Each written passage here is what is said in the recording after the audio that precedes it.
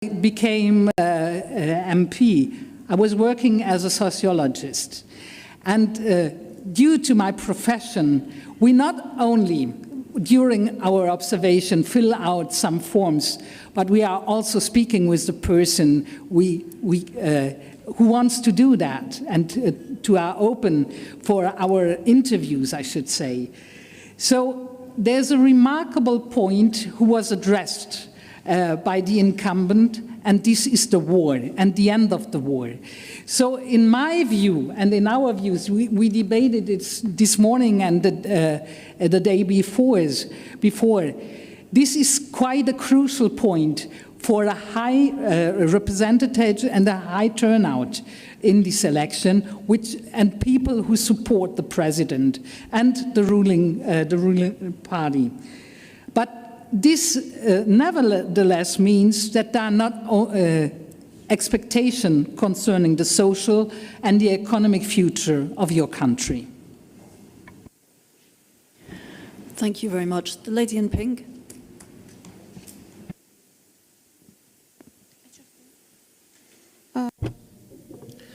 Hello, Gülnar Nazim Kızı. I'm a chief editor.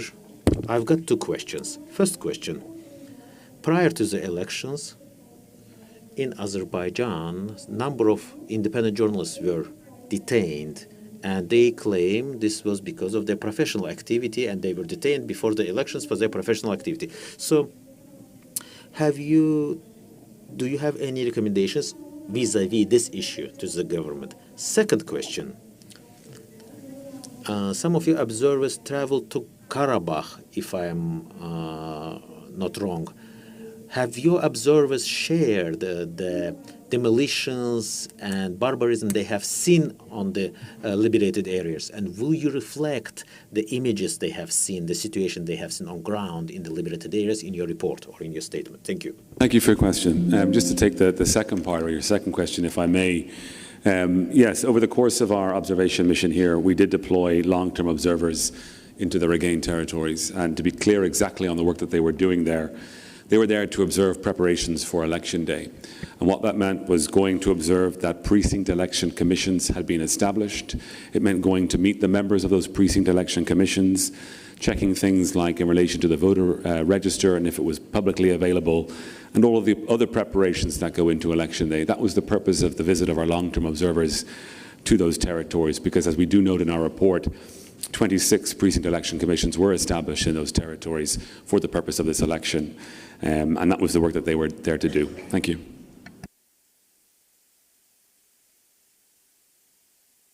And I want to continue the same question. Yes, I personally was in these areas. And again, the purpose we here as observers for the elections. So we paid our attention to the electoral polling stations, for the people, how they were trained, how they know what to do, how the polling stations are organized. But at the same time, yes, for me was, I saw everything. And believe me, while traveling now in Ukraine, we saw the same. We saw the same. We see how everything is destroyed. And at the same time, I can tell you that on the way, I saw huge construction, which is now on the way.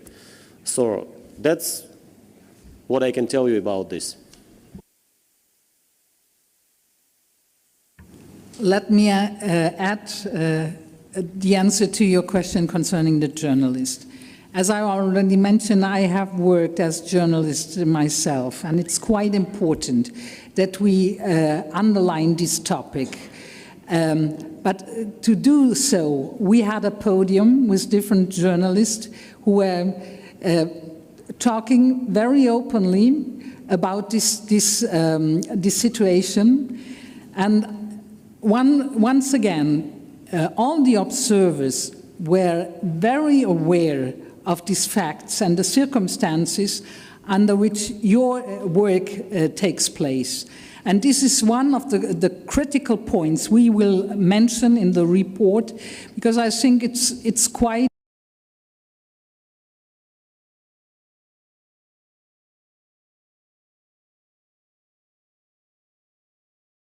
election, not only the campaign, but also the situation.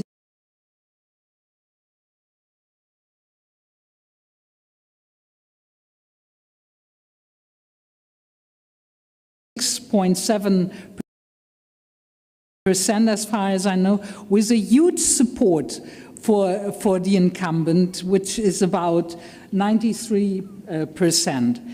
That, in my view, as Vice President of the OECPA, means that the incumbent, the President, has to and can clearly afford to enable a much more free press, because he has so much support shown yesterday.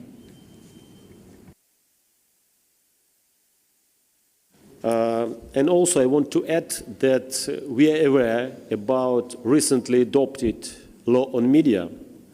We discussed it with the representatives of the media circles here, and our findings about that, our analysis about that, you will find in the final report, which will be distributed for you shortly. Thank you. We have time for 2, maximum 3 more questions from the hall. The lady over there, and then the gentleman here, and then the lady there in the glasses, and then I think we'll need to move on. Thank you. I represent Real TV. Be short. Your report contains an allegation of election irregularities involving one person who voted in several polls. I wonder, did your observers see it themselves, or you saw it on the social media?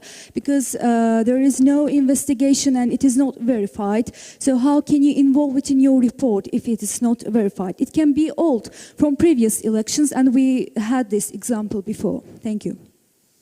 Well, thank you very much for your question.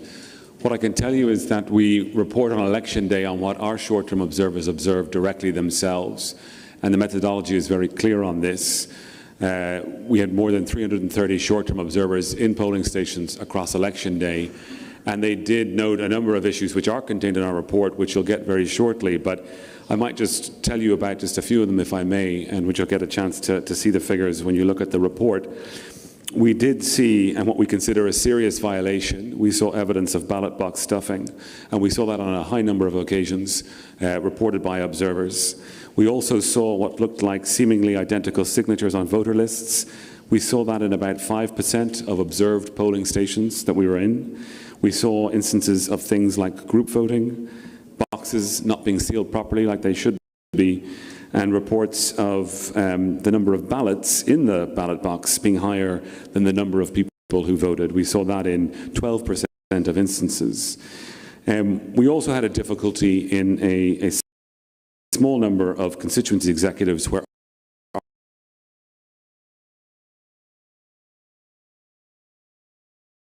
earlier on about election day and about the irregularities that were observed and the concerns that we had. In the report, we point to these very specific instances that we observed ourselves.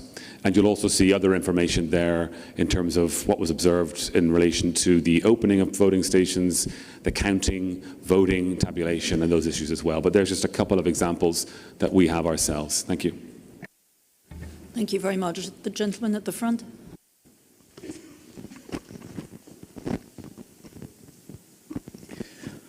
Parviz Ashimli, Voice of the Day. Voice of the Day.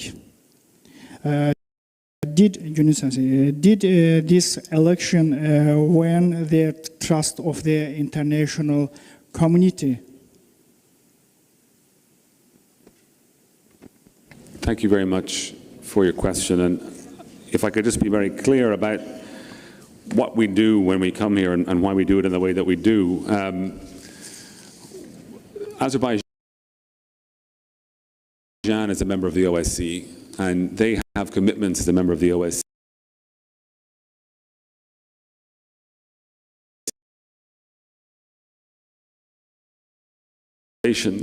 And then to inform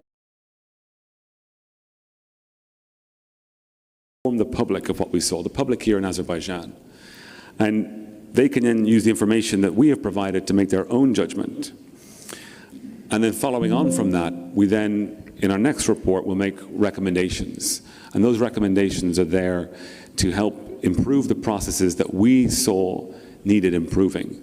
So the report that we produce for the people of Azerbaijan in terms of the reforms that they may make in the future based on the commitments that the authorities here have already entered into.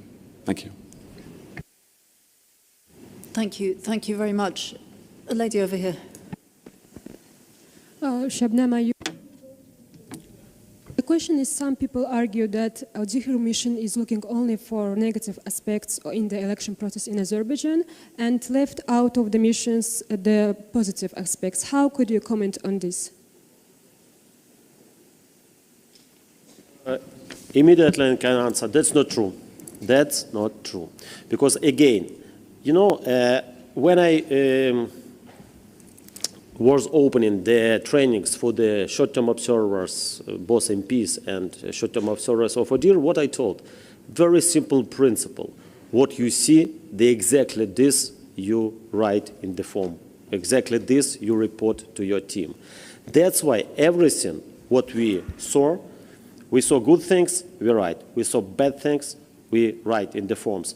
And for example, me personally, yesterday we visited one of the polling stations where IDPs from Kelbajar were voting. And I can tell that according to my opinion, according to what I saw, it was brilliantly organized. Huge amount of people, they are openly voting. Everything organized very well. That's positive thing, and I reported it. But unfortunately, on the other polling stations was another situation, and we saw, let's say, other things which were reported. So it's not the truth that only we are trying to fight bad things. We are writing exactly the things we see. If I could, if I could add to that, I mean, earlier in my comments, I talked about some of the training of polling station members that I observed personally when I was over in Nakhchivan. And I talked about how that was interactive and comprehensive, and it was. And I was there for quite a while to look at how the people in the polling stations were being trained to work on election day. So we do note positives like that. We also note positives like the Get Out the Vote campaign that the Central Election Commission conducted. Yet nevertheless, when we go into a polling station on election day and we see that perhaps that training hasn't been effective in preventing from certain procedural irregularities, we have to point that out as well. That's what exactly Arthur was talking about when he was speaking to the short-term observers before election day.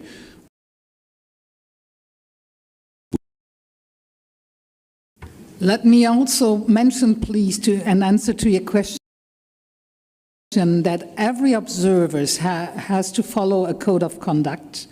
And one of the most important topics in this code of conduct is that every observer has to be impartial. And this is quite important to see and to watch the whole process. But the report that we wrote is based on evidence, on the reports of the teams that we have seen, mostly in the case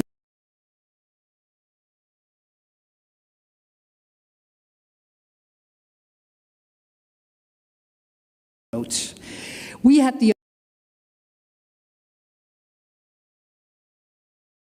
opportunity as observers, as already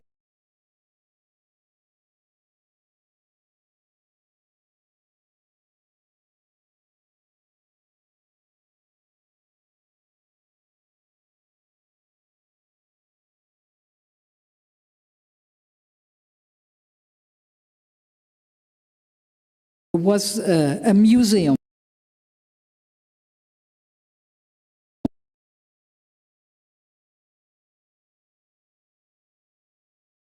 This makes us more aware as colleagues, as MPs, what the situation in Azerbaijan means.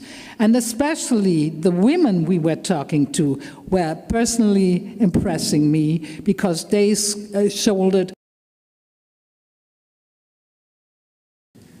And I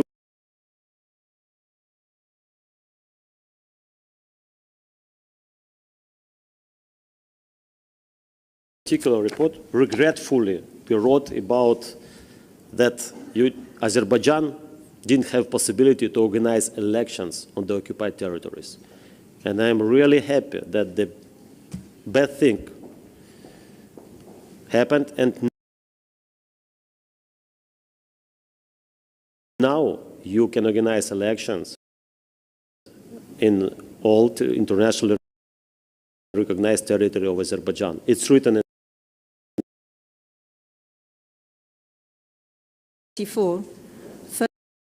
Firstly, was this a special observation mission for you this year when some of your members could not enter the country and PACE was not invited?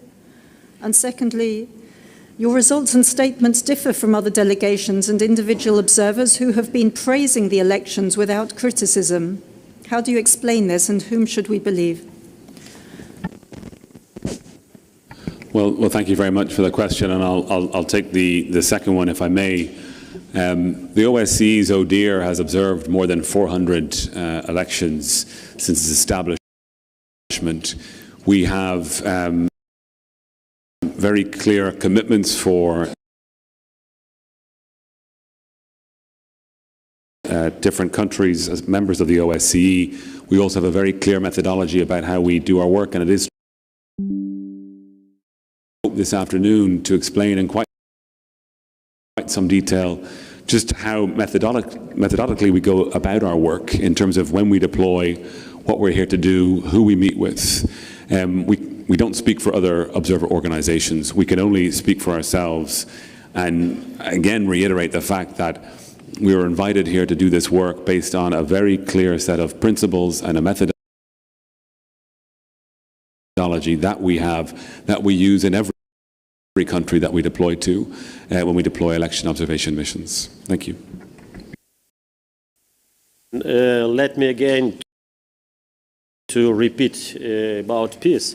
Yes, the OSCE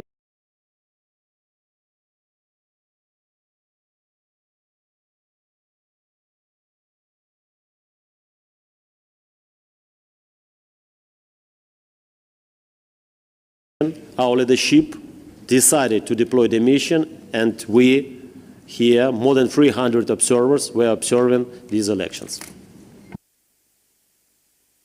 Thank you very much indeed. That's all we have time for today. The report and press release in both language versions are available in paper and also on the ODIHR website. Thank you very much indeed for your interest. And due to my profession, we not only during our observation fill out some forms, but we are also speaking with the person who wants to do that, and to are open for our interviews, I should say. So there's a remarkable point who was addressed by the incumbent, and this is the war and the end of the war. So in my view, and in our views, we debated it this morning and the day before,